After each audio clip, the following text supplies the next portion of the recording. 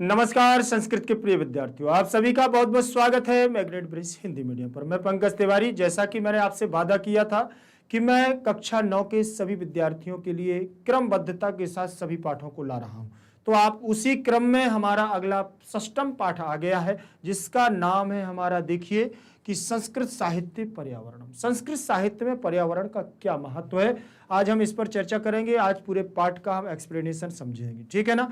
यह हमारे भाग 1 में है, इसके बाद भाग 2 होगा, भाग 3 होगा। जितना भी हो सकेगा पाठ के अनुसार हम लोग भागों में डिवाइड करेंगे। लेकिन आप लोगों को बहुत अच्छे से 5 पार्ट तक हम लोगों ने अच्छे से एक्सप्लेनेशन किया है, चैप्टर वाइज, पार्ट वाइज आप लोग भी ध्यान से पढ़िएगा, ठीक है मेरे विद्यार्थियों। अब आपके पास पुस्तक होना अनिवार्य है। पुस्तक अगर आपके पास नहीं होगी तो आपको थोड़ा सा कम समझ में आए। समझ में तो आएगा, कहानी आपके दिमाग में बैठेगी, लेकिन सही और गलत कहां से किसका हमारा भावार्थ निकल रहा है, क्या अर्थ निकल रहा है, इसके लिए हमारे पास पुस्तक का होना बहुत जरूरी है। आप पुस्तक को अपने पास जरूर रखें। पुस्तक को सामने रखने पर हाथ में पेन होना चाहिए या पेंसिल होनी चाहिए, जिससे कि आपको जहां समझ में आए वहां मार्क भी करना है। चलिए, लिखा हुआ है कक्षा 9वीं संस्कृत बिहार बोर्ड, ठीक है। संस्कृत साहित्य पर्यावरणम। संस्कृत साहित्य में हमारे पर्यावरण का योगदान या पर्यावरण के प्रदूषण को बचाने के लिए क्या क्या हमारे साहित्य ने प्रयास किया है। षष्ठा पाठा अनुवाद भाग 1, छठवां पाठ है हमारा, भाग 1 है। इसी को लेकर के हम आपके समक्ष आए हैं। देखिए यहाँ पर, देखिए एक तरफ पृथ्वी है और एक तरफ हमारे पेड़ पौधे लिए हाथ में लिए हैं। ये प्रकृति अगर हम लोग अपना लेते हैं तो निश्चित है कि कहीं ना कहीं हम पर्यावरण को बचा लेंगे। कि नित्य प्रतिदिन अगर हमारे द्वारा एक पेड़ लगाया जाता है, या हम महीने में, सप्ताह में एक पेड़ लगाते हैं, हम अपने मित्रों को सजेस्ट करते हैं कि हम एक पेड़ पौधा लगाएंगे, सगे संबंधी रिश्तेदारों को अगर कहते हैं कि पेड़ पौधों को अगर हम लगाते हैं, तो इससे कहीं ना कहीं हमारे लिए, यह हमारे पर्यावरण के लिए बहुत लाभप्रद है।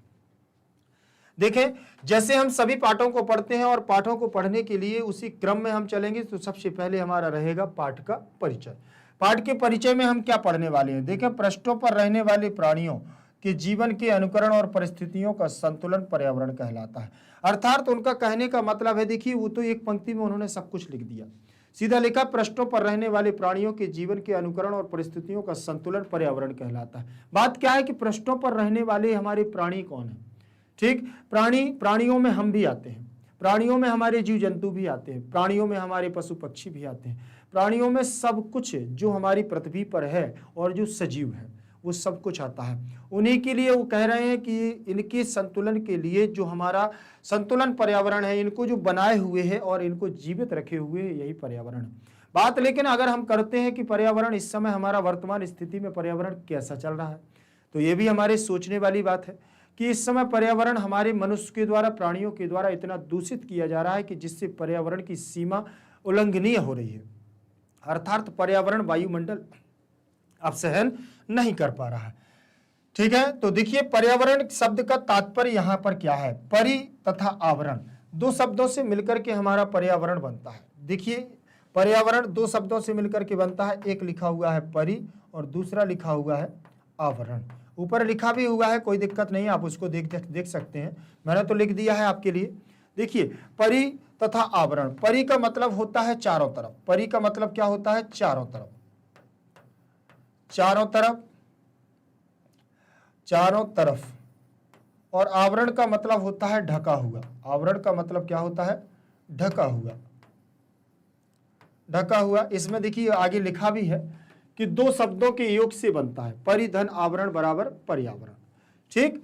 अब कैसे बनता है वो भी हमें देखना है कि परि और आवरण से दो शब्द से बनता है। आप देख लीजिए यहां पर, ठीक। और देखिए वातावरण, जिसका अर्थ होता है, आवरण का मतलब वातावरण या ढका हुआ, ठीक। और अर्थात अपने चारों तरफ से वातावरण को पर्यावरण कहा जाता है। चारों तरफ के वातावरण को, जो चारों तरफ से ढके हुए है वातावरण को, वही हमारा क्या कहलाता है, पर्यावरण कहलाता है। बात करें हम कि परिधन आवरण से पर्यावरण बनता कैसे है, ये हमारे लिए महत्वपूर्ण है। कहीं ना कहीं हमारे लिए इस शब्द की निष्पत्ति करना भी होता है, आवरण, ठीक।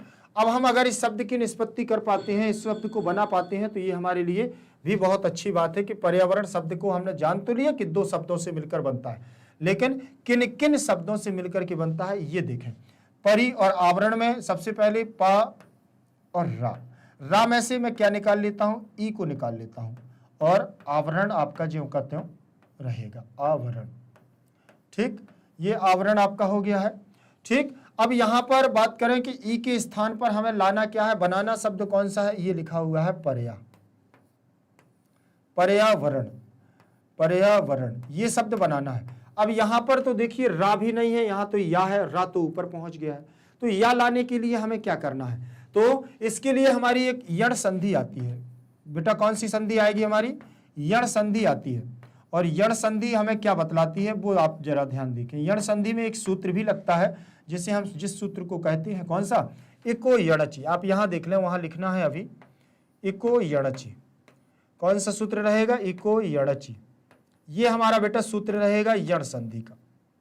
ठीक, ये इसका एक नियम होता है कि अगर प्रथम पद में ई, उ, ऋषि और लिरी ये 4 वर्ण आते हैं, और इसके बाद अगर इनको छोड़ करके कोई अन्य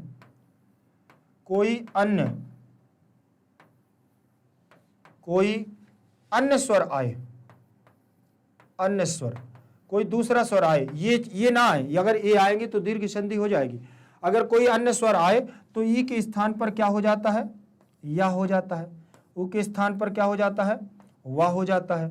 ऋषि के स्थान पर क्या हो जाता है, रा हो जाता है। और लिरी के स्थान पर क्या होता है, ला हो जाता है। अब ये इन्होंने ये इसका हमने नियम बताया है यण संधि का। तो ये यण संधि का नियम जब हम लगाएंगे तो देखें यहां पर मैंने ई को निकाला है, तो ई के स्थान पर बेटा क्या बताया उन्होंने कि या को कर दिया जाता है। एक के स्थान पर यण आदेश होता है। ये थोड़ा सा हल्का सा हटके है कि एक ये लिखा हुआ है, यण ये लिखा है, एक के स्थान पर यण हो जाता है, लेकिन बाद में क्या हो, अच माने स्वर हो, लेकिन अन्य कोई स्वर हो। तो ई के स्थान पर मैं क्या कर दूंगा बेटा, यहां या कर दूंगा। तो ई के स्थान पर क्या कर दिया, ये हो गया या। यहां तक अगर आपको बात समझ में आ गई होगी तो अब पर्यावरण आप बना लेंगे, ठीक है ना। चलिए अब मैं इसको मिलाता हूं। अब इसको मिलाऊंगा तो पीछे देखिए रा के बाद कोई स्वर नहीं है, इसलिए रा हमारा चला जाएगा जल तुम्बिका न्यायन रेफस्य ऊर्ध्वगमनम, ऊर्ध्वगमन हो जाएगा, ऊपर की ओर चला जाएगा। या हमारा आधा है तो आधा का आधा ही रहेगा। पीछे हमारा आवरण का बड़ा आ दिया हुआ है, तो या में मिलेगा तो ये या हमारा बड़ा हो जाएगा। और फिर बचा हमारे पास वर्ण, तो वर्ण हम इसमें जोड़ देंगे। ये बन गया हमारा क्या, पर्यावरण। बना है कि नहीं बना, पर्यावरण बन गया है। अब पर्यावरण को जैसे बनाया तो पर्यावरण बन गया। अब पर्यावरण का मतलब ही हमारे चारों तरफ का आवरण, चारों तरफ का वातावरण, वही हमारा क्या है, पर्यावरण। अब पर्यावरण बनता कैसे कैसे है, तो निर्माण कैसे होता है, देखिए ये हमारी इसमें पेड़ों की भी, वृक्षों की हमारी बहुत भूमिका है पर्यावरण में, सबसे ज्यादा वृक्षों की। फिर इसके बाद करें कि हम शुद्ध जल की, ठीक है ना, शुद्ध जल की। और बात करें फिर इसके बाद और किसकी, पर्वतों की, पठारों की। और इसके बाद करें हमारी स्वच्छता की। ये हमारे पर्यावरण में बहुत सहायक होते हैं और यही हमारे पर्यावरण को बहुत आगे तक ले जाते हैं। चलिए, तो पर्यावरण शब्द आपको समझ में आया, 2 शब्दों से मिलकर बना है, परिधन आवरण। परि का मतलब होता है चारों ओर, और आवरण का मतलब होता है ढका हुआ या वातावरण, ठीक है। अब यहां से देखेंगे, देखिए यहां लिखा है आवरण होता है, अर्थात अपने चारों तरफ के वातावरण को क्या कहा जाता है, पर्यावरण कहा जाता है। यहां तक तो आपको समझ में आ गया होगा, ठीक। चलिए अब हम करते हैं बात आपसे कि संस्कृत साहित्य में इस पर्यावरण का योगदान क्या है, संस्कृत साहित्य ने पर्यावरण में क्या योगदान किया है।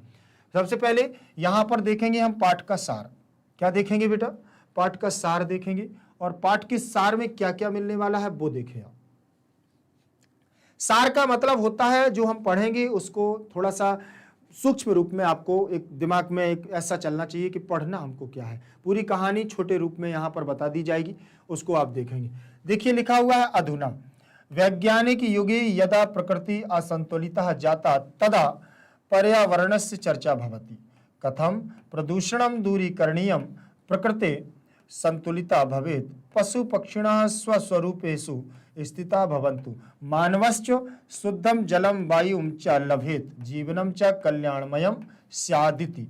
प्रश्नः भूयो भूयः सर्वान् आन्दोलयति, संस्कृत साहित्ये नेयम् अवस्था आसीदति।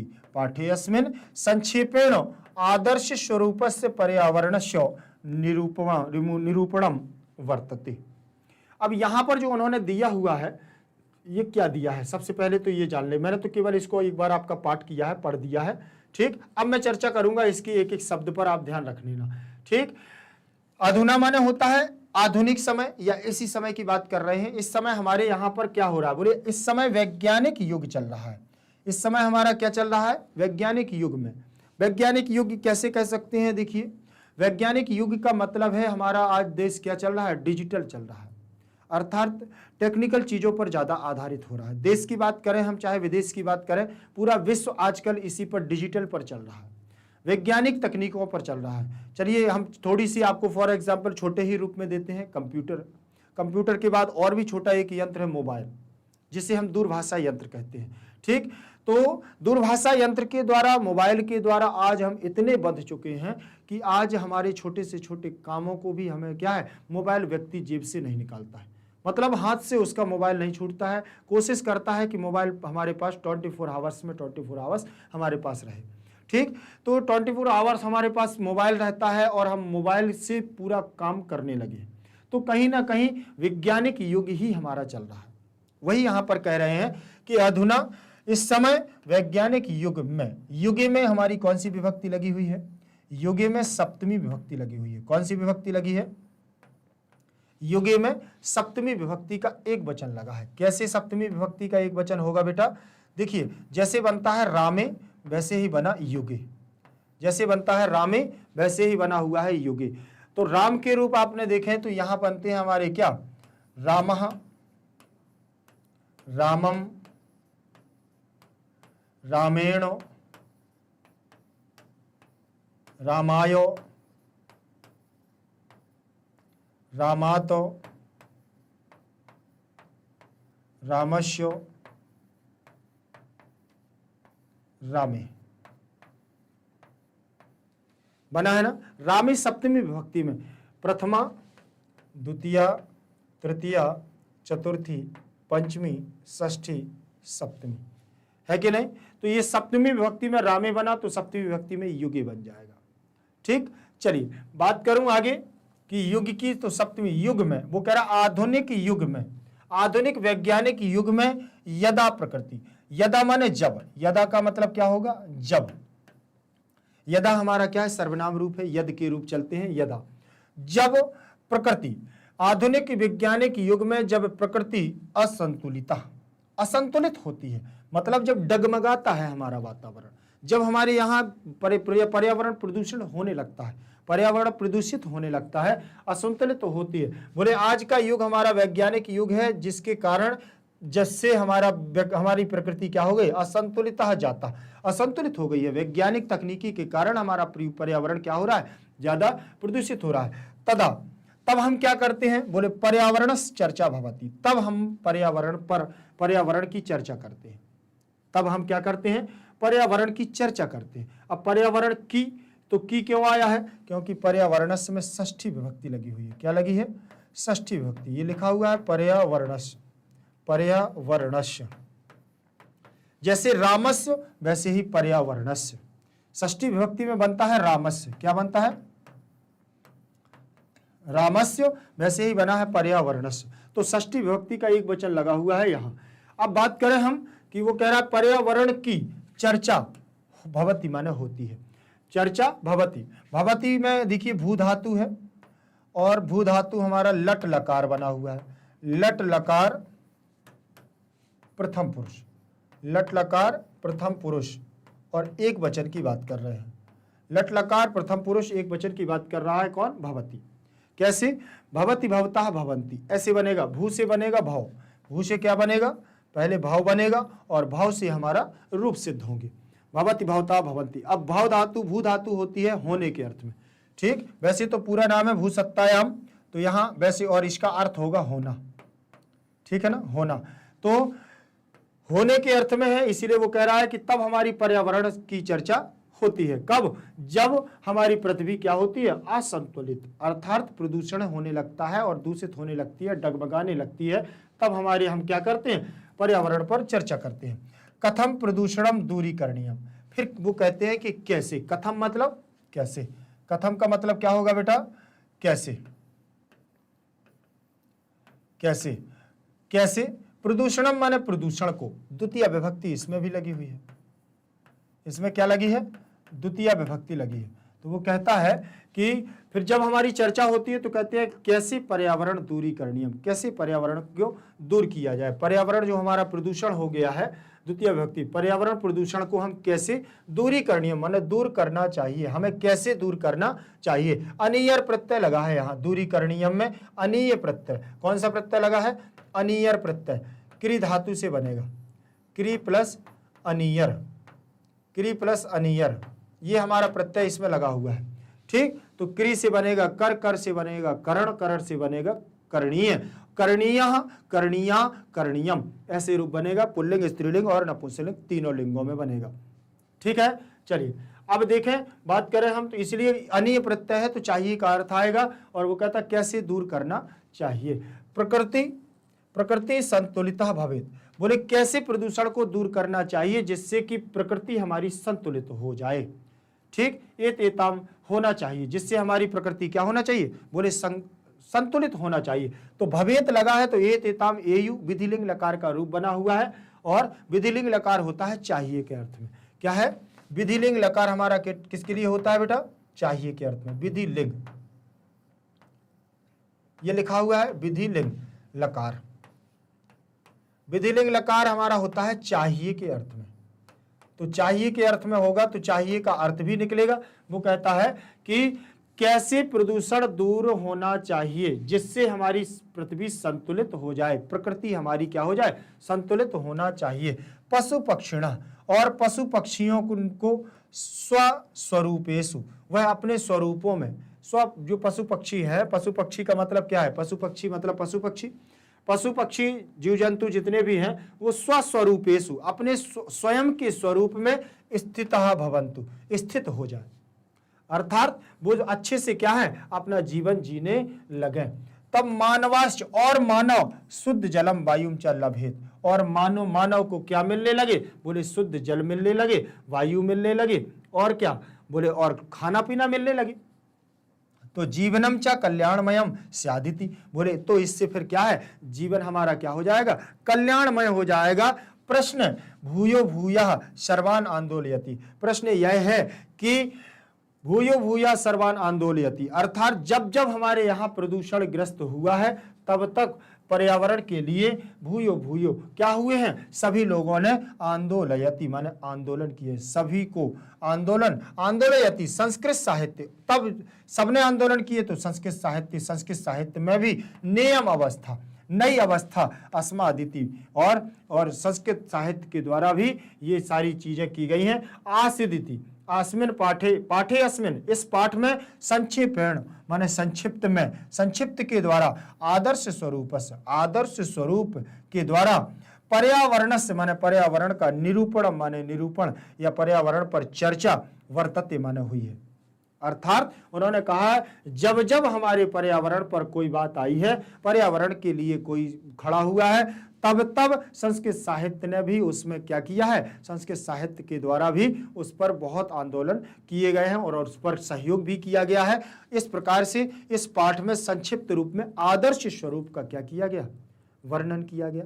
आदर्श स्वरूप के आधार पर मतलब उन्होंने आराम से प्रदूषण को कैसे दूर किया जा सकता है, जिसमें हमारे व्यवसाय पर, हमारे इस धन पर, हमारे रहन पहनाव पे, हमारे रहने पर, किसी चीज पर कोई अंतर भी ना आए और हमारे क्या है पर्यावरण में अंतर भी आ जाए। यही इन्होंने संक्षिप्त रूप में आदर्श स्वरूप में यहां वर्णन किया है। देखें यहां पर अब हमारा अनुवाद हिंदी में दिया है। आज वैज्ञानिक युग में जब प्रकृति असंतुलित हो गई तब पर्यावरण की चर्चा हो रही है। कैसे पर्यावरण दूर हो, प्रकृति संतुलित हो, पशु पक्षी अपने अपने स्वरूप में स्थित हो, मनुष्य को शुद्ध जल और वायु मिले तथा जीवन कल्याणमय हो, यह प्रश्न बार बार सबको आंदोलित करता है। संस्कृत साहित्य में यह अवस्था नहीं है। इस पाठ में संक्षिप्त में पर्यावरण के आदर्श रूप का निरूपण किया गया है। पर्यावरण के आदर्श रूप का इसमें क्या किया गया है बेटा, अब यहाँ वर्णन किया है, निरूपण किया गया है, तो उसी पर हम लोग यहाँ चर्चा करेंगे। पहला श्लोक दिया हुआ है। अब किस प्रकार से इस श्लोकों के माध्यम से हमें क्या है वर्णन किया जा रहा है और किस पर इन पर चर्चा है, देखिए जरा क्या क्या इन पर इन्होंने चर्चाएं की हैं। सबसे पहले इन श्लोकों को आप पढ़ने की कोशिश करना है कि शुद्ध कैसे पढ़ा जाए, कैसे पढ़ेंगे। कभी कभी क्या होता है, ये आपकी समस्या नहीं हो सकता है कि आप लोगों से बहुत सारे विद्यार्थी ऐसे हो जिन पर पढ़ते अच्छे से बनता हो, लेकिन बहुत सारे विद्यार्थी हमारे ऐसे भी होते हैं कि जो नहीं पढ़ पाते हैं। तो कोई बात नहीं है, कोई भी शुरुआत से जब शुरुआत करता है किसी चीज़ की तो वो नहीं पढ़ पाता है। लेकिन कभी कभी क्या होता है कि स्कूलों में 8th क्लास तक पढ़ते भी रहते हैं, तो 8th क्लास लोकल क्लास मान करके या ये कह देते हैं कि छोटी क्लास है तो इग्नोर करते हुए निकल जाते हैं। हमको समझ बूझ नहीं होती है कि वास्तविकता में सब्जेक्ट हमारे लिए क्या है, हमारी आगे आने वाली सीढ़ी के लिए बहुत महत्वपूर्ण है, इसलिए हम शुरुआत से उस पर ज़्यादा मेहनत नहीं करते। ठीक, तो एक तो ये भी रहता है, हमारी बचपन रहता है तो हम लोग हंसी हंसी में लिए रहते हैं। तो ऐसे हमारे विद्यार्थी बहुत सारे होंगे जो ये सोच रहे होंगे कि संस्कृत कैसे पढ़ेंगे, कैसे पढ़ेंगे। उनके लिए मैं बता दूं कि सबसे पहले हमें क्या करना है, संस्कृत के शब्दों को जानना है कि आखिर ये शब्द है कौन। अगर हम उनको शुद्ध पढ़ना जान जाएंगे तो ये मान के चलिए कि आप शुद्ध बोलना समझ जाएंगे, और जब शुद्ध बोलना समझ जाएंगे तो आप अपने मन से अर्थ निकालने लगेंगे। बाकी मैं आपके लिए हूँ, जब मैंने आपसे किया है वादा तो मैं निभाऊंगा वादा। ध्यान रख लेना, बस आपकी मेहनत रंग लाएगी, आपको पढ़ना है, मैं तो केवल एक छोटा मार्गदर्शक हूं आपके लिए। ठीक, तो आप लोग थोड़ा सा ध्यान से देखिएगा। इसमें दिया हुआ है, सबसे पहले आप मेरे साथ भी उच्चारण कर सकते हैं। ठीक, पहले मैं आपको एक बार आराम से बता दूं कि कौन कौन से शब्द यहाँ लिखे हुए, फिर इसके बाद इसको लय, क्योंकि श्लोक है तो आपको लयबद्ध होकर ही पढ़ना होगा, पद्यांश है तो लयबद्ध होकर ही पढ़ना पड़ेगा। देखिए लिखा हुआ है भूमि, क्या लिखा है, भूमि जलम नभो वायुर अंतरिक्षम पशुस्तृणम, पशुस्तृणम साम्यम स्वस्थम स्वस्थ त्वम एतेषाम पर्यावरणम संज्ञकम, त्वम एतेषाम पर्यावरणम संज्ञकम। ठीक, ये तो मैंने आपको केवल एक एक शब्द बता दिया है, आप इसको अलग भी कर सकते हैं।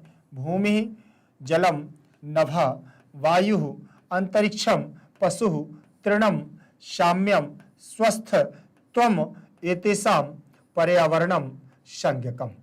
ऐसे आप अलग अलग इसको पढ़ सकते हैं। लेकिन अब इसको वास्तविकता में सही तरीका पढ़ने का क्या है श्लोकों का, तो वो आप लोग देखेंगे।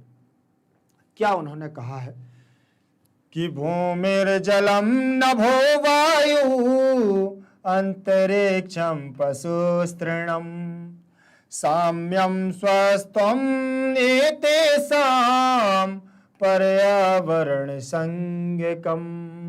भूमिर्जलम नभो वायु अंतरिक्षम पशुस्तृणम साम्यम स्वस्थम तेषां पर्यावरण संज्ञकम, एतेषां पर्यावरण संज्ञकम, पर्यावरण संज्ञकम।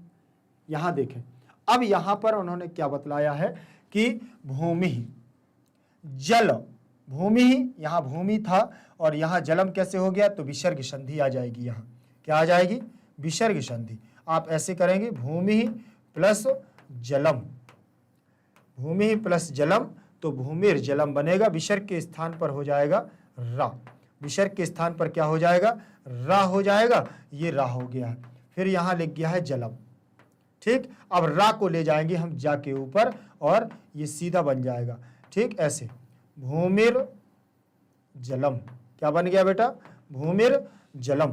तो ये भूमिर जलम जो बन गया है तो रा आया है बीच में, तो इसमें संधि कौन सी होगी हमारी, विसर्ग संधि। ठीक, फिर इसके बाद उन्होंने दिया हुआ है हमारा पूरा भूमिर जलम की बात करें तो उसमें विभक्ति कौन सी लगी है, द्वितीय विभक्ति, भूमिर जलम। नभो में यहां पर नभा लिखा हुआ है, क्या लिखा है, नभा। और आप पूछोगे कि सर यहां पर तो ओ है, आपने नभा क्यों लिख दिया है। चलिए कोई नहीं, हम प्लस करके यहां पर लिखे दे रहे हैं वायु, प्लस लिखे दे रहे हैं अंतरिक्ष, अंतरिक्ष, अंतरिक्ष, ये लिख दिया। ठीक है बेटा, चलिए अब यहां पर नभो और इसके बाद अंतस्थ व्यंजन आया है। अंतस्थ व्यंजन जानते हैं आप, अंतस्थ व्यंजन क्या होता है, अंतस्थ मतलब होते हैं या, वा, रा, ला। अगर आपने वर्णों का ज्ञान सीखा होगा संस्कृत में ठीक। और नहीं सीखा है तो मैं आपको थोड़ा सा किसी दिन क्लास लेकर के आऊंगा आपकी व्याकरण की।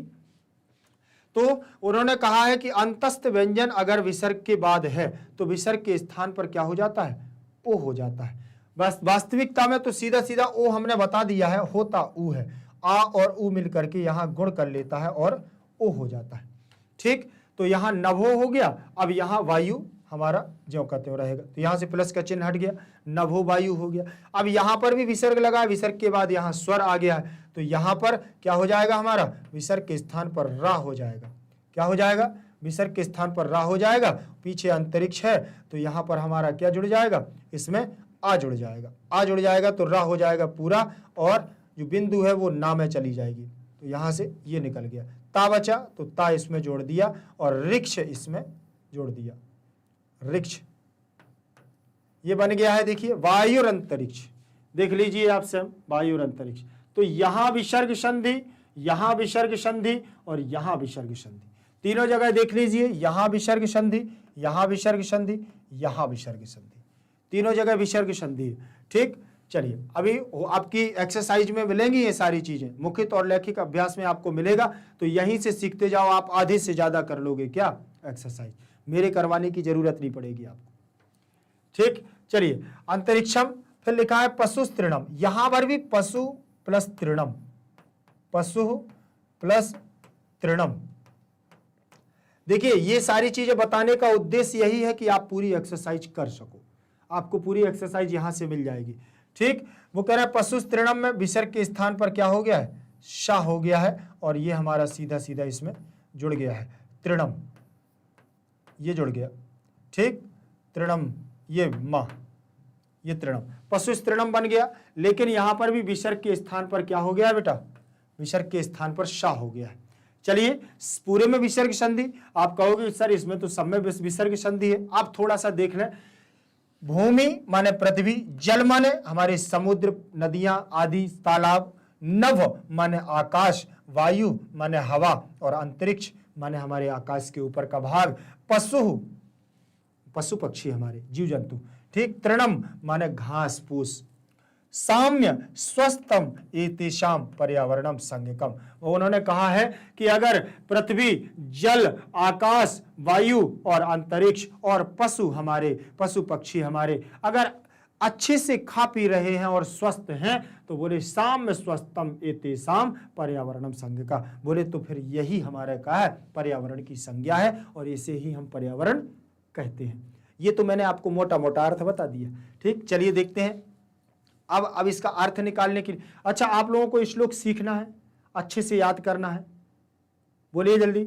अगर आप सीखना चाहते हैं तो कमेंट में आप लिख दें, और आपको समझ में आ रहा हो तो भी आपको कमेंट में लिखना है, और अच्छा लग रहा हो तो लाइक भी करना है। ठीक है, ये पहले मैं आपको समझा दूं कि अगर सीखना हो, अगर आपने सोचा है कि अद्भुत बैच मैंने ज्वाइन किया है और मुझे अच्छे से सीखना है, तो मेरे साथ उच्चारण जरूर करिए।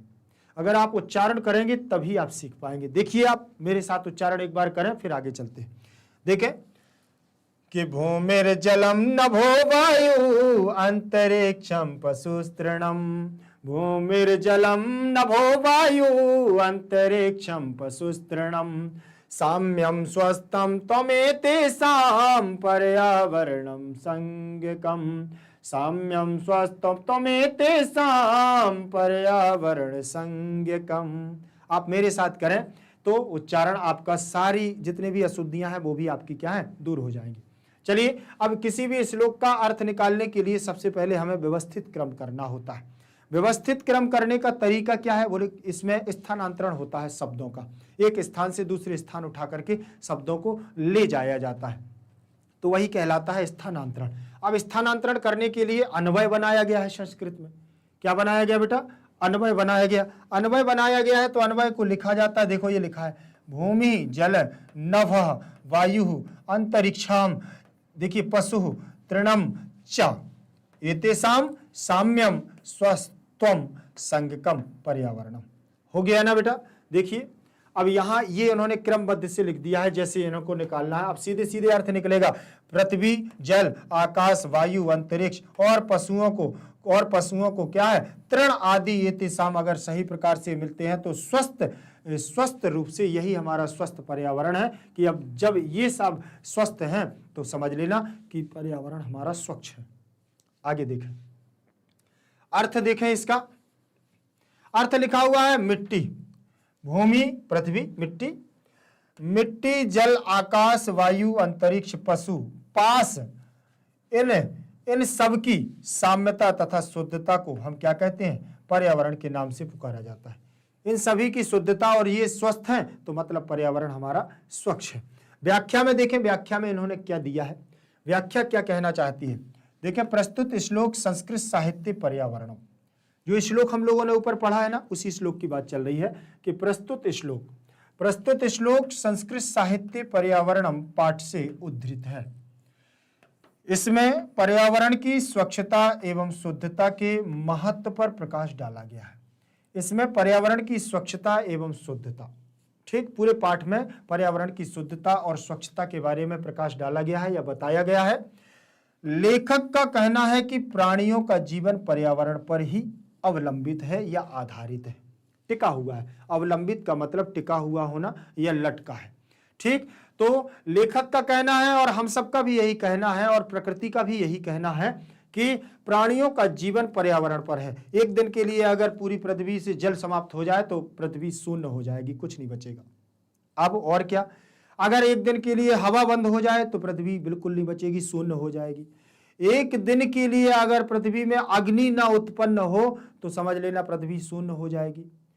समझ रहे ना, अगर जमीन से मिट्टी समाप्त हो जाए तो समझ लेना पृथ्वी नष्ट हो जाएगी, क्योंकि उपजाऊ जो खाने वाली चीजें हैं सब मिट्टी से आती हैं। और क्या बोले, सब कुछ तारामंडल, अंतरिक्ष अगर गुम हो जाए तो सब ग्रह टकरा जाएंगे, पृथ्वी ध्वस्त हो जाएगी। तो पूरा प्राणी ये जानता है, हम भी यही मानते हैं कि पूरी प्रकृति, पूरे प्राणियों का सब आधार क्या है? बोले पर्यावरण। इसीलिए यह आवश्यक है कि इसे संतुलित एवं स्वच्छ रखा जाए।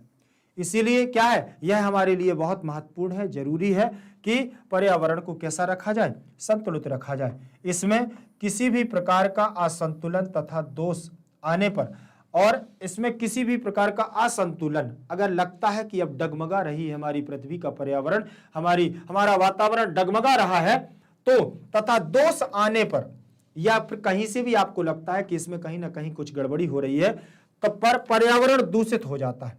आने पर पर्यावरण क्या हो जाता है? दूषित हो जाता है तथा जीवों का जीवन संकट में पड़ जाता है। अब बात करें, देखिए अभी इतनी सारी जैसे हमारे यहाँ अभी बीमारियां आती हैं, कोविड भी अभी कुछ पहले आया, फिर इसके बाद आई फ्लू आया, ठीक। अब ये बीमारियां आती हैं, इसके पहले भी आती रही हैं, हैजा, टाइफाइड, ठीक है ना, टीबी जैसे क्षय रोग हमारे यहाँ बहुत से आए हैं, खसरा, तो बहुत सारे ऐसे हमारी बीमारियां आती हैं। ये कारण क्या है? ये हमारे प्रदूषण के कारण है। हमारी पृथ्वी पर जब प्रदूषण बढ़ता है तो कहीं ना कहीं हमारी बॉडी पर ये रिएक्शन करता है और हमारे लिए हानिकारक सिद्ध हो जाता है।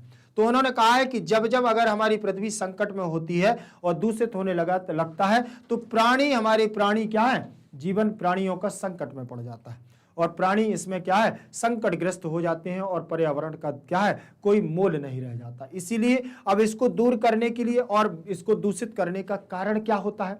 कारण देखिए, आपको मैं बता दूं, कहीं ना कहीं हम आप ही इसके कारण हैं। आज के युग में देखा जाए तो सारी नदियां, जितने भी हमारे जल के स्रोत हैं, ठीक, जहां पर भी जल एकत्रित किया जाता है, चाहे वो तालाब की बात करें, चाहे हम झीलों की बात करें, चाहे हम समुद्रों की बात करें, और चाहे हम फिर इसकी बात छोटी छोटी नदियों की या बड़ी बड़ी नदियों की बात करें, किसी भी क्षेत्र में जाएं आप, जल का प्रदूषण इतना तेज बढ़ रहा है कि व्यक्ति समझ ही नहीं पा रहा है। उसी जल को हम पीने के लिए सप्लाई में लाते हैं और फिर वही जल हम क्या कर देते हैं? दूषित करते हैं। कैसे दूषित होता है? बड़े बड़े व्यवसायों के द्वारा, फैक्ट्री इंडस्ट्रीज एरिया के द्वारा जो बड़े बड़े नाले मिलाए जाते हैं, उनसे निकले हुए अपशिष्ट पदार्थ को हम क्या है? सब नदियों में समाहित करते हैं। ये कारण है हमारा पर्यावरण प्रदूषण का, कोई अलग से नहीं है। ऐसा नहीं है कि प्रकृति के द्वारा इसे प्रदूषित किया जाता है, प्रकृति कभी इसको प्रदूषित नहीं करती, इंसान ही इसे प्रदूषित करता है और पूरा जल हमारा प्रदूषण ग्रस्त हो गया। आज हम बात करते हैं नदियों की, कि आप विदेशों में जाएं, विदेशों के लोग नदी को नदी मानते हैं, विदेशों के लोग नदी को नदी मानते हैं तो उनकी स्वच्छ रहती हैं, लेकिन हम लोग तो नदियों को माता मानते हैं, मां मानते हैं, और फिर भी हमारे यहाँ की नदियों को देखो तो जल पीने योग्य नहीं है। इतना गंदा पानी हो गया है, लोगों का प्रदूषण ऐसा हो गया है, ऐसी गंदगी मची हुई है कि जल को पीने योग्य भी नहीं छोड़ा। लेकिन आप विदेशों में जाएं, लोग वहां के जलों में तो आप ऐसे दर्पण की तरह, शीशे की तरह अपने चेहरे को देख सकते हो। वहां का पानी इतना स्वच्छ है, वहां के लोग गंदगी करते ही नहीं, वहां के लोग नदियों में कुछ कचरा डालते ही नहीं। रोडों पर देखो आप कितनी सफाई है। कारण क्या है?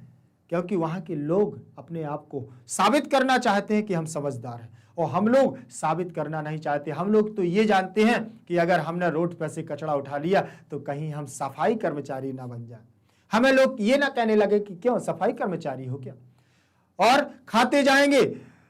आजकल तो इतना ये हमारा चला हो गया है कि कुछ भी खाया हमने मुंह में, रोड पर फेंक दिया। ये भी इंतजार नहीं करते हैं कि कहीं पर डस्टबिन रखा हो, कहीं पर कूड़ेदान में हम इस जाकर के इस कचड़े को डाल दें ना। इससे हम अपनी इमेज को ये मानते हैं कि नहीं, हम बहुत डरते हैं। अगर हम ऐसा नहीं करते हैं तो डरते हैं, तो ये कहीं ना कहीं हमारे प्रदूषण के लिए बहुत हानिकारक है। तो अब बात करें हम जल की या वायु की बात करें, तो यहाँ वही वो कह रहे हैं कि हमारा अगर प्रदूषण होने लगता है, पर्यावरण हमारा असंतुलित होता है, तो हमारे जीवन पर प्रभाव पड़ता है। जब हम उसी पानी को ग्रहण करते हैं तो हमारे पास बीमारियां आने लगती हैं, रोगों से हम ग्रसित हो जाते हैं। वायु की बात करें तो वायु में भी कई ऐसी चिमनियां जल रही हैं, कई ऐसी हमारी फैक्ट्रियों से धुआं निकल रहा है जो वायु में सीधे जा रहा है, और इतना जहरीला धुआं निकल रहा है कार्बोहाइड्रेट के द्वारा, कार्बन डाइऑक्साइड ऐसी निकल रही है धुएं के द्वारा, और यानों के द्वारा। इतनी आबादी बढ़ रही है हमारे यहाँ वाहनों की, इनसे निकले हुए धुएं के द्वारा हमारा पर्यावरण के वायु पूरा प्रदूषण होता है, प्रदूषित हो। एक भी स्वच्छ वायु मिलने की संभावना नहीं है, जिससे भी हमारा जीवन क्या हो रहा है, ग्रसित हो रहा है, संकटग्रस्त हो रहा है। तो इससे बचने के लिए फिर क्या उपाय है? तो अगर हम अपने ऊपर कंट्रोल करें, हमें कचरा नहीं फैलाना, हमें पानी को प्रदूषित होने से बचाना है, हमें वायु को प्रदूषित करने से बचाना है। तो बोले फैक्ट्री तो हम मिटा नहीं सकते हैं, चिमनियां तो हम मिटा नहीं सकते हैं, वो भी जरूरी है समय को अनुसार देखते हुए। तब क्या करें? तब हमें क्या है, बोले वृक्षों को लगाना चाहिए, वृक्षों के काटने से बचाना चाहिए। वृक्षों की कटाई बंद हो जाए और वृक्षों को लगाना चालू हो जाए तो कहीं ना कहीं वृक्षों की बढ़ती हुई आबादी के कारण हमारा प्रदूषण कम हो जाता है। और क्या हो सकता है? ध्वनि प्रदूषण भी होता है। ध्वनि प्रदूषण क्या है? दिन भर आप देख रहे हो हमारे रोडों पर जितने भी हैं, पथमार्ग पर जितने भी हैं वाहन, बिल्कुल आवाज ध्वनि के कारण ग्रसित हैं, एक दूसरे की आवाज को नहीं सुन रहे। ये ध्वनि प्रदूषण, सारी चीजें ग्रसित हैं, सब मानव ही कर रहा है। मानव के द्वारा हम इतने, मानव अपने आप को ही जहर घोल रहा है, अपने आप के लिए ही मानव क्या कर रहा है, जहर घोलता जा रहा है। आगे देखेंगे दूसरे नंबर के पैराग्राफ में हमारा क्या कहा है उन्होंने। देखिए यहां पर तो उन्होंने बता दिया, अब दूसरे पैराग्राफ में क्या बात कर रहे हैं देखें कि संस्कृत साहित्यस्य महती परंपरा संसारस्य सर्वान् विषयानुकृत्य प्रचालिता, प्रकृति संरक्षणं पर्यावरणस्य संतुलनं व तत्र स्वभावतः उपस्थापितम् अस्ति। वैदिक काले संस्कृते उपकरणानि देवरूपाणि प्राकल्पितानि अभवन् पर्जन्यो वेदे इत्थम स्तूयते। देखे जरा, उन्होंने कहा संस्कृत साहित्यस्य में षष्ठी विभक्ति लगी है। क्या लगी है? संस्कृत साहित्यस्य, जैसे यहां बना हुआ है रामस्य, वैसे ही बनेगा हमारा संस्कृत साहित्यस्य। तो षष्ठी विभक्ति का एक वचन लग गया है। क्या लगा है यहाँ? षष्ठी का एक वचन। महती महान, महती माने महान, महती का मतलब महान, और परंपरा महान परंपरा। बोले संस्कृत साहित्य की एक महान परंपरा है। बोले क्या? बोले संसार का। यहां पर भी हमारा क्या निकलेगा? षष्ठी विभक्ति का यहां लगेगी षष्ठी, षष्ठी विभक्ति एक वचन। संसार का, सर्वान माने संसार के सभी को, संसार के सभी विषयों को, सभी। सर्वान में हमारी विभक्ति कौन लगेगी बेटा? द्वितीय का बहुवचन। कैसे? रामान। क्या बना है? रामान बना है ना, और जब रामान बना है तो सर्वान भी बनेगा। कैसे? सर्वनाम रूप है ये, सर्वनाम रूप है तो बनेगा हमारा क्या? सर्वा सर्वौ सर्वाः, सर्वः सर्वौ, सर्वः सर्वौ सर्वाः, ऐसे बनेगा सर्वः सर्वौ सर्वाः। फिर यहां पर बनेगा हमारा सर्वम, सर्वम सर्वौ, शर्वान। ये बना द्वितीया का बहुवचन, बना है कि नहीं? इसीलिए यहां लिखा है सर्वान, और द्वितीया का चिन्ह होता है को। ठीक, को के लिए, को कर्ता ने कर्म को। तो उन्होंने कहा संस्कृत साहित्य के की महती परंपरा संसार के सभी को विषयानुकृत, अर्थात विषयों को, संसार के सभी विषयों को उरीकृत कर देना, जान लेना, उरीकृत कर लेना। विषयों को, यहां पर भी विषयान ही लिखा है, विषयान में सर्वान और विषयान द्वितीया का बहुवचन, उरीकृत, उरीकृत यहां पर हमारा जुड़ा हुआ है, उरीकृत। प्रचालिता, प्रचालिता प्रचलित है, जानकर के यही प्रचलित है। संस्कृति संरक्षण, प्रकृति संरक्षण, प्रकृति की रक्षा के लिए बोले क्या? पर्यावरण से, पर्यावरण का, षष्ठी विभक्ति, पर्यावरण का षष्ठी विभक्ति यहां लगेगी, जैसे रामस वैसे पर्यावरण। संतुलनम माने संतुलन, व तत्र स्वभावता, तो वहां क्या हो जाएगा? बोले स्वभाव हो जाएगा, स्वभावता, उसके स्वभाव से उपस्थापितम अस्ति, उसके स्वभाव से स्थापित, समीप स्थापित किया जाता है। क्या? वैदिक काले माने वैदिक काल में। सप्तमी का यहां क्या लगा है? सप्तमी का एक वचन, जैसे बनता है रामे, क्या बनता है? रामे, वैसे बनेगा प्रातः वैदिक काले, क्या बनेगा? वैदिक काले। तो प्रकृतेः, प्रकृतेः उपकरणानि, क्या लिखा है? प्रकृतेः उपकरणानि। देखिए जरा, यहां पर विसर्ग लग जाएगा, विसर्ग संधि होगी, प्रकृतेः, प्रकृतेः, प्रकृतेः प्लस उपकरणानि, उपकरणानि बना है ना? ये देखें, यहां पर विसर्ग के स्थान पर रा हो जाएगा, क्या हो जाएगा? विसर्ग के स्थान पर रा हो जाएगा और उ मिल करके इसमें पूरा कर देगा। तो यहां देखो रू बन गया है ना, फिर इसके बाद उ निकल जाएगा, अब ये जुड़ जाएगा हमारा पा, पा कर, देखो कर अणानी, बना है कि नहीं? देखो ये बन गया है, प्रकृति रूप करणानी बन गया ना। तो यहां पर हमारा क्या बन गया है? विसर्ग संधि। अब पूरी वाक्य की बात करें, पूरे वाक्य की करणानी, तो ये हमारा प्रथमा का बहुवचन बना हो, कर्णम कर्णे कर्णानी, फलम फले फलानी, प्रथमा का बहुवचन बना है। इसी प्रकार से देव रूपाणी, देव रूपम, देव रूपे, देव रूपाणी, तो प्रथमा का बहुवचन यहां पर भी बना है। तो उन्होंने कहा है वैदिक काल में प्रकृति के उपकरणों में देव रूपाणी, देव रूपों ने, देवों के रूपों ने प्राकल्पितानि, प्राकल्पितानि अपने कल्पना के अनुसार अभवन, परजन्या वेदो इत्यम अभूत, बोले और वेदों में ये सारी चीजें कही भी गई हैं। कैसे? बोले प्राकल्पितानि, यहां पर भी हमारी यण संधि हो गई है, देखें, प्राकल्पितानि, कल्पितानि प्लस अभवन, अभवन, अभवन हो गया ना। अब यहां देखेंगे जो यहां बना हुआ है, तो यहां हो जाएगा हमारा प्राकल्पिता, कल्पिता न, नाम ऐसे ई को निकाल लेंगे बाहर, और अभवन, अभवनम, अभवनम, ये अभवन हमारा ऐसे रहेगा। ई के स्थान पर क्या होगा? अभी मैंने जस्ट आपको बताया है, यण संधि बताई थी ना, तो वैसे ही यण संधि के आधार पर यहां पर हमारा क्या बनेगा? ता न, और ई के स्थान पर क्या कर देंगे बेटा? या कर देंगे। ई के स्थान पर क्या हो जाएगा? या, और फिर आ जाएगा अभवन, अभवन आ गया, देखो। और अब इसको हम जोड़ेंगे जब, तो हमारा क्या बनेगा? प्रकल्पिता, आधा ना, या, आधा या है ना, तो आ मिल जाएगा, तो यहां आधा या की जगह ये पूरा हो जाएगा, और भवन जुड़ जाएगा ऐसे, भवन। देखिए अब आप इसको मिला के देख लें, क्या बनेगा हमारा? प्रकल्पितान्य भवन, प्रकल्पितान्य भवन लिखा है ना।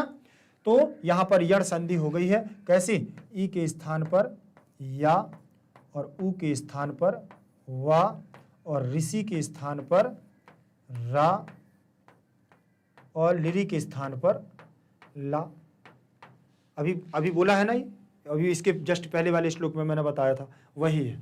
ठीक, तो यहां हमारी क्या हो जाएगी बेटा, यण संधि हो जाएगी। अब आगे देखेंगे, आगे इसमें दिया हुआ है, बोले वेदों में, वेद में भी ये सारी चीजें बोले कही गई हैं। बोले कैसी, बोले इरा विश्व समूह, क्या लिखा, इरा विश्वस्मय भुवनाय जायते और यत पर्जन्य पृथ्वी रेत सामवती, ये कहा गया। बोले कैसे कहा गया, बोले इरा विश्वस्मय भुवनाय जायते यत पर्जन्य पृथ्वी मरेत सावती। इरा, अब विश्व यहां लिखा विश्वस्मय, यहां तृतीया का अस्मय, ठीक, अस्मय विश्वस्मय, विश्वस्मय तृतीया का बहुवचन और अस्मय, अस्मय, हाँ, भुवनाय में चतुर्थी का एक वचन, और यहां पर भी विश्वस्मय कस कहा कम कैन कसमय, कहा कम कैन कसमय, चतुर्थी यहां लगी है। भुवनाय में भी चतुर्थी, जायते में भी हमारी क्या है, जायते, जायते, जायन्ते आत्मनेपद कर्मवाची की क्रिया। यत पर्जन्य, फिर पृथ्वी में द्वितीय विभक्ति, पृथ्वी पृथ्वीम द्वितीय विभक्ति, रेत सावती, आवती, अवती, ठीक। अब यहां पर ये जितनी भी इसमें विग्रह, समास विग्रह, विभक्तियां जैसे इसमें लगी है, के लिए का अर्थ निकलेगा किसका, चतुर्थी के, चतुर्थी विभक्ति एक वचन, चतुर्थी विभक्ति एक वचन, चतुर्थी विभक्ति एक वचन, ठीक। इसमें द्वितीय विभक्ति एक वचन, द्वितीय विभक्ति एक वचन, ये बना हुआ है, ठीक। अब यहां पर उन्होंने कहा है कि बोले विश्व में भुवनाय, भुवन के लिए यत पर्जन्य पृथ्वी रेत सामती, पृथ्वी ही हमारी हर चीज में क्या है, सहायक होती है। इसीलिए अब अन्वय देखें थोड़ा सा, आप अन्वय में देख लें, इरा विश्व, अन्वय इसका है, ठीक है ना, ये श्लोक है तो इसमें इरा विश्वस्मय भुवनाय पर्जन्य जायते यत पर्जन्य, इत पर्जन्य यहां पर हमारा क्या है, पर्जन्य में लगा हुआ है क्या, प्रथमा का वो, प्रथमा का बहुवचन, क्या लगा है बेटा, बहुवचन, बहुवचन, फिर लगा हुआ है रेत सावती, ये हमारा अन्वय है, व्यवस्थित क्रम में लिखा जाता है, ठीक है। आगे देखें, अर्थ में दिया है संस्कृत साहित्य की ऐसी श्रेष्ठ परंपरा रही है, हमारी संस्कृत साहित्य की ऐसी श्रेष्ठ परंपरा रही है कि संसार के सारे विषयों को, संसार के सारे विषयों को स्वीकार करके आगे बढ़ा है। हमारे संस्कृत साहित्य ने जितने भी हमारे संस्कृत साहित्य की श्रेष्ठ परंपरा रही, उच्च कुल की परंपरा रही है और एक से एक ऋषि तपस्वी मुनियों की परंपरा रही है, तो उन्होंने संसार के सारे विषयों को अभिभूत किया, सबको जाना और क्या किया, स्वीकार करके आगे बढ़े। बोले हम सारे विषयों की बात करते हैं, चाहे वो विज्ञान का क्षेत्र हो, चाहे वो आपका चरक संहिता डॉक्टरी क्षेत्र हो आपका, ठीक है ना, वनस्पतियों का क्षेत्र हो, चाहे वो औषधियों का क्षेत्र हो, चाहे आपका कोई भी क्षेत्र हो, बोले सब कुछ हम कर रहे हैं। खगोल शास्त्र, भूगोल शास्त्र, सब संस्कृत में सभी विषयों को स्वीकार करके आगे बढ़ा। प्रकृति की सुरक्षा तथा पर्यावरण के संतुलन के विषय में उसने स्वाभाविक रूप से वर्णित वैदिक युग में प्रकृति के उपकरणों को देवता तुल्य माना था, क्योंकि ये हमारी परंपरा रही है। पर्यावरण के संतुलन के विषय में पहले से स्वाभाविक रूप से वह सोचते आए हैं और वैदिक युग में ही प्रकृति के उपकरणों को, वैदिक युग में ही प्रकृति के जो मूलभूत उपकरण थे उन उपकरणों को क्या कर लिया, देवता तुल्य माना जाता था।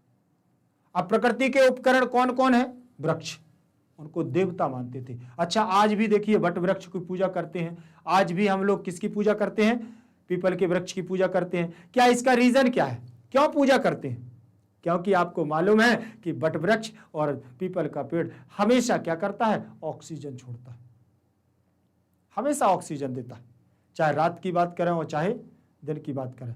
लेकिन बाकी सारे पेड़ क्या करते हैं, दिन भर तो ऑक्सीजन छोड़ते हैं, लेकिन रात में उनके नीचे क्या है, कार्बन डाइऑक्साइड छोड़ते हैं। इसीलिए बाकी पेड़ों की हम पूजा कम करते हैं, पूजा हम करते हैं क्या है, पीपल के पेड़ की और बरगद के पेड़ की, क्योंकि ये रात में भी और दिन में भी ऑक्सीजन छोड़ते हैं। तो उन्होंने प्रकृति के उपकरणों की, प्रकृति में जिनकी हेल्प है, प्रकृति में जो सहायता कर रहे हैं, वायु प्रदूषण को बचा रहे हैं, जो वायु प्रदूषण हो रहा है उसको बचाने में सबसे ज्यादा महत्व रख रहे हैं, उन्हीं उपकरणों की देवता तुल्य माना है। मतलब सबसे ज्यादा भूमिका पीपल के पेड़ की है, सबसे ज्यादा भूमिका हमारे वट वृक्ष की है, बरगद के पेड़ की है, तो इनको देवता मान लिया। क्या मान लिया, इनको देवता मान लिया और लोग पूजा करने लगे। आज भी पूजा कर रहे हैं, लेकिन हम तो यहाँ देख देख करके पूजा कर रहे हैं। बोले वो सब बरगद की पूजा करते हैं तो हमें भी करना है, सब पीपल के पेड़ की पूजा करते हैं तो हमें भी करना है, देख देख करके। लेकिन हमारे ऋषि तपस्वियों ने तो शुरुआत से ही इसकी पूजा की है और उन्होंने बताया कि ये प्रकृति के उपकरण है और माना जाता था। वेद में मेघ की इस प्रकार की स्तुति की गई। वेद शास्त्रों में यह बताया गया है कि मेघ हमारा क्या है, मेघ बादल के द्वारा बादल की पूजा की जाती है। मेघ बोले बादल की, जब हमें प्रकृति का सहारा लेना पड़ता है, जब हमारे यहाँ सूखा पड़ने लगता है, प्रकृति में कुछ नहीं बचता है, तब जाकर के हम प्रार्थना करते हैं, मेघ किसे प्रार्थना करते हैं। तब क्या होता है उसी समय, आषाढ़स्या प्रथम दिवसे। आषाढ़, आपने हिंदी पंचांग के आधार पर देखना, आषाढ़ का महीना चलता है जो हमारी बरसात का महीना आता है। बरसात का महीना आता है, उसी समय लोग प्रार्थना करते हैं, हमारे किसान प्रार्थना करते हैं। कैसे? आषाढ़स्या प्रथम दिवसे। आषाढ़ का पहला दिन लगता है और किसानों का क्या है, हमारा गुणगान चालू हो जाता है कि हे प्रभु, हे मेघराज, हे मेघराज, इंद्र राजा, आप क्या करो, अब जल वृष्टि करवा दो।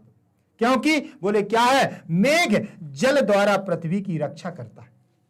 मेघ का जब जल गिरता है तभी हमारी पृथ्वी की क्या होती है, बोले रक्षा होती है, और तथा संसार के कल्याण के लिए धरती पर अन्न उपजते हैं। तब उस समय प्रार्थना करते हैं मेघ से कि हे मेघराज, हे इंद्रदेव, क्या करो, जल वृष्टि कर दो। और जल वृष्टि होगी तो पृथ्वी हमारी क्या करेगी, फलेगी, फूलेगी, हरी हरी होगी, वृक्षों का पालन होगा, लोगों का तो पालन होगा, हमारे यहाँ खाने की चीजें तो होंगी, लेकिन उसके साथ साथ हमारी हरियाली, पेड़ पौधों की भी अभिवृद्धि होगी, जिससे पर्यावरण हमारा क्या हो जाएगा, स्वच्छ हो जाएगा। आपने देखा होगा, कभी अनुमान लगा करके देखना, बरसात के मौसम में पर्यावरण में ठंडक रहती है, शुद्ध वायु चलती है, हरे हरे छोटे से छोटा पेड़ भी हरा हो जाता है, वो भी जब हवा चलती है, वायु चलती है तो वो भी हिलता है और उससे भी हमारी ऑक्सीजन निकलती है। इसीलिए बरसात के मौसम में क्या होता है, हमेशा वायु ठंडक भरी रहती है। हालांकि इसमें बहुत सारे रोगग्रस्त भी होते हैं, लेकिन ज्यादातर हमारा वायु क्या है, यहाँ पर प्रदूषित होने से बचता है, क्योंकि हमारे सभी पेड़ पौधे हरी हो जाते हैं और सबसे ऑक्सीजन की मात्रा निकलने लगती है और वायुमंडल में ऑक्सीजन की मात्रा अच्छी हो जाती, पर्याप्त हो जाती। फिर क्या है, देखिए यहां अब कवियों का भावार्थ क्या है, कवियों ने यहां पर क्या भाव दिया है, जरा देखें। भाव यह है कि जल एवं भूमि ही प्राणियों के जीवन के आधार हैं, इसीलिए इन्हें सदा प्रदूषण रहित रखना आवश्यक है। कौन कौन? बोले भाव यह है कि जल और भूमि, मतलब मिट्टी और जल दोनों की शुद्धता बहुत जरूरी है, प्राणियों के जीवन का सबसे मूलभूत आवश्यक आधार है, इसलिए इन्हें सदा प्रदूषण से रहित रखना चाहिए, इनसे प्रदूषण से इन्हें बचाना चाहिए। और आवश्यक है, इनके प्रदूषित रहने पर प्राणी ही नहीं पेड़ पौधे भी दूषित हो जाएंगे, जो अति शोचनीय विषय है। अगर ये मिट्टी और जल प्रदूषित हो गया, मिट्टी और जल अगर हमारा प्रदूषित हो गया तो समझ लेना इससे पेड़ पौधे भी हमारे प्रदूषित हो जाएंगे, और जब पेड़ पौधे प्रदूषित हो जाएंगे तो समझ लेना कि ये हमारे चिंतनीय विषय हो जाएगा, शोक का ग्रस्त हो जाएगा, हम शोक ग्रस्त हो जाएंगे और हमारा वायु प्रदूषण क्या हो जाएगा, वायुमंडल बिल्कुल एकदम प्रदूषण हो जाएगा, जिससे हमें क्या करना है, इसे बचाना है। और क्या करना पड़ेगा, बोले हमें जल की स्वच्छता रखनी पड़ेगी, जल की स्वच्छता रखनी पड़ेगी। मिट्टी में जो हमारी ये उर्वरा शक्ति बढ़ाने के लिए हमारे यहां जो कीटनाशक दवाएं डाली जा रही हैं, इसको बचाना होगा।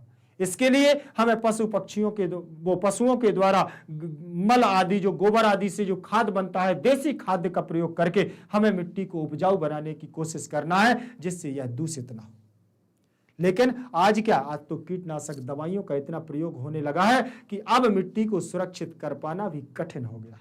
लोग इस बात को समझते ही नहीं, लोग लगे हुए हैं ना, हमारे यहाँ तो फसल ज्यादा हो जाए, बस हमें तो क्या डालना है, खाद बीज ही डालना, खाद डालना है। और कौन सा खाद डालना है, जो कीटनाशक, जो अपमार्जिक तत्वों से बनकर के आता है, ऐसा कोई देसी खाद नहीं डालना है। पहले क्या होता था, बोले देसी डलता था, महीनों खेती रही, 12 महीने तक किसान बिजी रहता था। लेकिन आज 2 महीने 1 मिनट में ऐसे ऐसे यंत्र बन गए हैं। बोले नहीं क्या करना है, बोले शाम को गए, सुबह 1 घंटे में मार्केट से दवा लेकर के आए, 1 घंटे में डाल दिया और शाम को क्या है, इतना सा फल इतना हो गया। आज जो हम सब्जियां खा रहे हैं ना, वो यही है, कीटनाशक दवाओं का योग है। शाम को गए, दवा, इतने इतने छोटे छोटे फल देखे उन्होंने, अरे बोले मेरी फसल तो बढ़ ही नहीं रही है। शाम को दवा लाए, उन्होंने डाल दी, और एक लौकी जानते हैं ना, घिया, लौकी, कद्दू, समझ रहे हैं ना, कुष्मांडा, कद्दू को जानते हैं हम लोग क्या है, कुष्मांडा। ये जो हमारी संस्कृत में कुष्मांडा कहते हैं, कद्दू हो गया, लौकी हो गया, तोरई हो गया, कोई भी एन प्रकार कोई भी सब्जी है, बात कर रहा हूं, अगर वो सब्जी लगी हुई है और रात में अगर उसको कीटनाशक दवा डाल दी जाए उसको बढ़ाने के लिए, सुबह इतना बड़ा कद्दू मिलेगा, इतनी बड़ी आपको घिया मिलेगी, लौकी मिलेगी, तोरई वगैरह इतनी बड़ी बड़ी मिलेगी, जिससे हम फिर सुबह से अरे ताजी ताजी सब्जी आ गई है और खाने के लिए लालायित होते। यही ये क्या है, ये हमको रोगग्रस्त करता है, क्योंकि जल प्रदूषित होगा, जल प्रदूषित होगा, फिर हमारी मिट्टी प्रदूषित होगी, और मिट्टी का प्रदूषण हो रहा है कीटनाशक दवाओं से। अगर हम इससे बचना चाहते हैं, रोगों के ग्रस्तों से बचना चाहते हैं, रोगग्रस्त होने से बचना चाहते हैं, तो उन्होंने कह दिया कि हमें क्या करना होगा, इन सब से बच करके रहना होगा, और हमें अपने वायुमंडल को प्रदूषित होने से बचाना होगा। इसलिए पेड़ पौधों भी दूषित हो जाएंगे, जो अति अधिक शोचनीय हो जाएगा, फिर मानव का जीवन नष्ट होने की कगार पर हो जाएगा। ऐसा उन्होंने मानव का क्या कर लिया है, क्योंकि सादा उन्होंने सीधा बता दिया है कि जल और मिट्टी का प्रदूषण होना मतलब समझ लेना कि पृथ्वी संकट में आना। लेकिन कौन समझाए, मैंने अभी आपको एक उदाहरण दिया है, विदेशों में जाओ तो नदियों को नदी मानते हैं इसलिए स्वच्छ है, हमारे यहां नदियों को हम मां मानते हैं इसीलिए गंदी। क्यों गंदी है, क्योंकि लोगों को यही पता नहीं है कि हमें नदी में डालना क्या है।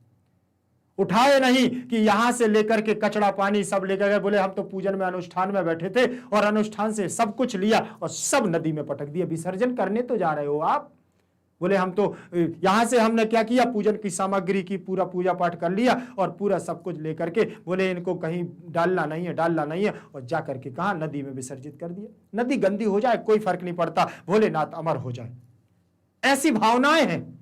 अगर उसी मिट्टी से जिससे हमने शिवलिंग का निर्माण किया है, उसी मिट्टी को अगर हम ऐसी जगह उपजाऊ जगह डालें कि इस खेत में डाल दें, जिससे कि उनसे प्रार्थना करो कि हे प्रभु मैंने आपको यहां स्थापित किया है, ये हमारी कृषि भूमि है और आपका आज से ये दायित्व बनता है कि हमारे खेत में आपकी उपज होगी। बस जब मिट्टी को नदी में डालने से अच्छा है हम उसे अपनी क्या कृषि भूमि में डालें, वहां हमारे शिवलिंग विराजमान रहेंगे और हम उसमें क्या करेंगे, भूमि को उपजाऊ बनाएंगे। और उससे निकला हुआ जो भी हमारा अपमार्जित जो कचरे होते हैं, क्या पन्नियां जो पूजा में हम लोग हम प्लास्टिक का प्रयोग करते हैं, प्लास्टिक का वैसे तो करना ही नहीं चाहिए पूजा में, और करते हैं तो क्या उसको नदी में बहाना विसर्जित करना उचित है? ना, कभी नहीं। हम लोग वहां पर पूजा की सामग्री में जो कृषि उगाते हैं, जो जौ जिसे हम जवारा बोलते हैं, जौ बोलते हैं, उस जौ को क्या नदी में विसर्जित करना जरूरी है? अरे नहीं, उसी किसी पेड़ के नीचे रख दो, उसमें मिट्टी भी होती है, वो मिट्टी पेड़ के लिए लाभकारी होगी, पर धीरे धीरे वो जौ वहीं पर क्या हो जाएगा, शांत हो जाएगा। ये हमारी ये प्रकृति को बचाने का तरीका है। उससे निकले हुए अपशिष्ट पदार्थ को, कचड़े को एक पन्नी में, एक जल में थोड़ा सा धो लिया जाए, उस जल को किसी पेड़ के नीचे डाल दिया जाए, उसकी मिट्टी पेड़ के लिए हो जाएगी, पानी भी पेड़ सूख लेगा, तो ये भी हमारा क्या हो जाएगा, एक पंथ दो काज हो जाएंगे। उससे निकले हुए अब जो प्लास्टिक है उसको हमें क्या कर देना चाहिए, जला देना चाहिए। क्या करना है, उसको ऐसी जगह गलने के लिए डालना है जिससे कि वो नष्ट हो जाए, किसी को हानि ना पहुंचाए। इससे हमारा पर्यावरण क्या होगा, बचेगा, पर्यावरण दूषित होने से बचेगा। ये हमारा सही तरीका। लेकिन लोगों की भावनाएं क्या है, नहीं कर सकते, नहीं कर सकते, भावनाओं पे ठेस पहुंचती है। अगर रोक दिया तुमने कि नहीं तुम इसमें गंगा जी में विसर्जित नहीं करोगे। हमारे यहाँ मूर्तियों बनाने की प्रथा है, लेकिन मूर्तियों को विसर्जन करने की प्रथा भी गंगा जी में ही है, यमुना जी में ही। कहां हमारे यहाँ का जल प्रदूषण हो रहा है, लोग इस बात को सोचने को तैयार ही नहीं है।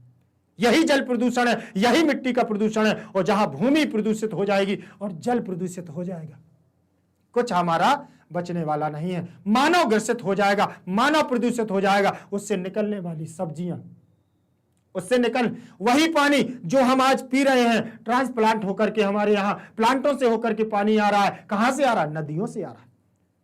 नदियों का पानी ही सप्लाई में डाला जा रहा है और वही पानी हम पी रहे हैं। इसीलिए तो हम रोगग्रस्त हैं। आज का व्यक्ति 50 साल 40 साल में ही जय बोल करके चला जाता है।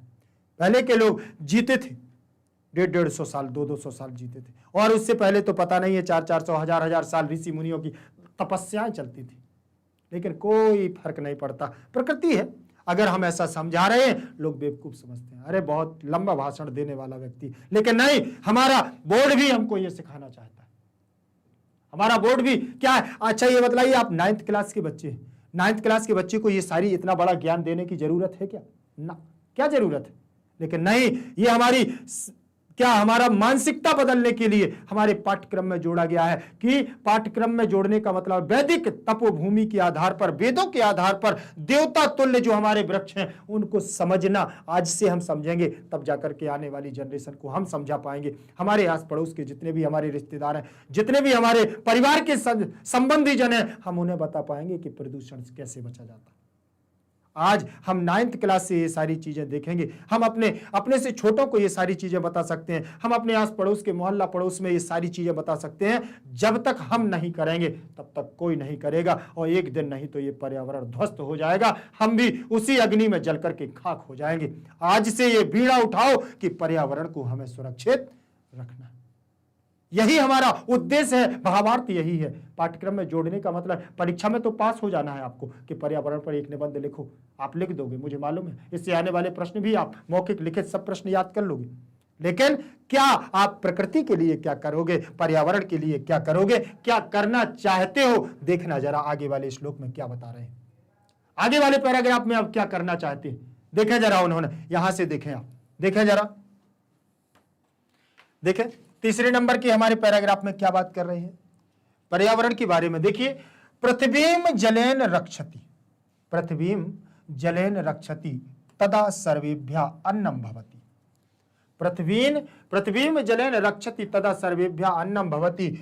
एवमेव ये वनस्पतयः फलयुक्ताः अफलावः पुष्पवन्तः अपुष्पाः व सर्वे अपि ते मानवान् रक्षन्तु पापानि, अर्थात मलानि दूरीकर्तुम्। पापानि। अब देखें, पृथ्वी में द्वितीय विभक्ति लगी हुई है। क्या लगी है? पृथ्वी को। पृथ्वीम जैसे बनेगा नदी नदीम, नदी नदीम, द्वितीय विभक्ति में नदीम आ गया, वैसे ही बनेगा हमारा पृथ्वी, पृथ्वी, पृथ्वीम, पृथ्वीम द्वितीय विभक्ति। द्वितीय विभक्ति का एक वचन पृथ्वीम जलेन, जलेन में तृतीय विभक्ति। रामेण जलेन, फलेन जलेन, रक्षति रक्षतः, रक्षन्ति, लट लकार प्रथम पुरुष एक वचन करो। ठीक, तदा माने तब, सर्वेभ्यः माने सब, सबके लिए, अन्नम भवति। बोले अगर पृथ्वी को जल के द्वारा रक्षा किया जाए या रक्षित किया जाए, तब सभी के लिए अन्न माने भोजन, भवति माने होता है, पैदा होता है। बोले अगर पृथ्वी को जल के द्वारा रक्षित किया जाए, सिंचित किया जाए, तभी हमारे सबके लिए क्या होता है? बोले भोजन उत्पन्न होता है। एवमेव ये वनस्पतियां फलयुक्ता, और इसी प्रकार से हमारी वनस्पतियां फलयुक्ता अफलावा। अगर हमारे यहाँ पृथ्वी हमारी सिंचित रहेगी तो वनस्पति भी हमको क्या है? फल से युक्त मिलेंगे, और कई वनस्पतियां ऐसी होंगी जो फल से युक्त नहीं होती हैं। पुष्पवंता अर्थात पुष्प भी मिलेंगे, अपुष्प भी मिलेंगे। सर्वे अपि सभी भी, ते मानवान सभी से, मानव रक्षत सभी की क्या करते हैं? मानव ही तो रक्षा करते हैं। पापानि अर्थात पापों से, पापों को, तथा मलानि दूरी करतुम, पापों को और मलों को क्या है? दूर करते, दूरी करतुम। अब उन्होंने कहा कि यह फल निर्या, यह फल निर्या अफला अपुष्पा याश्च पुष्पणि वृहस्पति प्रसुस्तास्तानु मुंचन तो गुंघसा। या फल निर्या अफला पुष्पा याश्च पुष्पणि प्रसुस्तास्तानु मुंचन ते गुंघसा। अब यहां कह दिया या फल निर्या अर्थात जो फल है, जो फल नहीं है, जो फल है, और आफला है, अपुष्पा है, और याश्च पुष्पणि कुछ भी है, बृहस्पति प्रसुस्तानु मुंचन ते गुंघसा, और देवता लोग भी उनकी क्या है? फिर आराधना करते हैं। देवताओं को जो फल है, आफल है, सब देना उन्हीं के हाथ में होता है। ठीक है, तो यहां देखेंगे आप, जलेन में तृतीया, रक्षति में लटलकार, तदा रूप बना है हमारा सर्वनाम का, सर्वेभ्यः में चतुर्थी का एक वचन। ये रूप बना हुआ है कहां का? बहुवचनांत पद। ठीक, बहुवचनांत पद है यद का। वनस्पतिया में प्रथमा का, वनस्पतिया में प्रथमा का बहुवचन। ठीक, वनस्पति से रूप चलेगा हरि हरिम हरिया, फिर हरि हरि हरिया, बृहस्पति वनस्पति वनस्पतिया। फिर यहां पर देखिए सर्वे अपि, सर्वे प्लस अपि, ये बनेगा सर्वे प्लस अपि, सर्वे प्लस अपि। तो यहां बन जाएगा हमारा क्या, पूर्व रूप संधि। कौन सी संधि होगी, पूर्व रूप। सर्वेपि पूर्व रूप संधि में हमारा आ होता है, अवग्रह में पहुंच जाता है। ये आ गया ना अवग्रह में आ, तो सर्वेपि ते, यहां तद का रूप आ गया, सह तौ ते, सॉरी ये हमारा देखा सह तौ ते, बहुवचनांत पद दिया हुआ है। वे, ते माने वे, मानवान माने मानवों को, रक्षन्तु। ठीक, मानवान में द्वितीय विभक्ति लगी हुई है, द्वितीय का बहुवचन। ठीक, फिर रक्षन्तु, देखो तू तामंतु, रक्षतु रक्षताम रक्षन्तु तू तामंतु, तो बहुवचनांत पद है। ठीक, बन गया है ना। ये हमारा कहां पर बना हुआ है, लोट लकार। पापानी, पापम पापे पापानी, प्रथमा का बहुवचन, अर्थात मलानी, मलम मले मलानी, प्रथमा का बहुवचन। दूरी कर कुर्वन्तु, यहां पर भी तू तामंतु, कुर्वन्तु क्री धातु, यहां रक्ष धातु। या फल निर्या अफला पुष्पा याश्च पुष्पणी बृहस्पतिर पिसुस्तास्तानो मुंचन्ते गुंघसा। ये हमारा ऋतुफल का, फलों के बारे में बता दिया। अब देखें अन्वय, देख लें जरा अन्वय, इसका व्यवस्थित क्रम। या औषधया, या फल निर्या, या औषधया, अर्थात जो औषधि युक्त फल है, और या आफला, या औषधया। आपुष्पा व पुष्पणी बृहस्पति प्रसुस्ता, या औषधया ता न आहंसा मुंचन्ति, मुंचन्ति। देखें जरा मेघ, अब देखें मेघ जल से पृथ्वी की रक्षा करता है।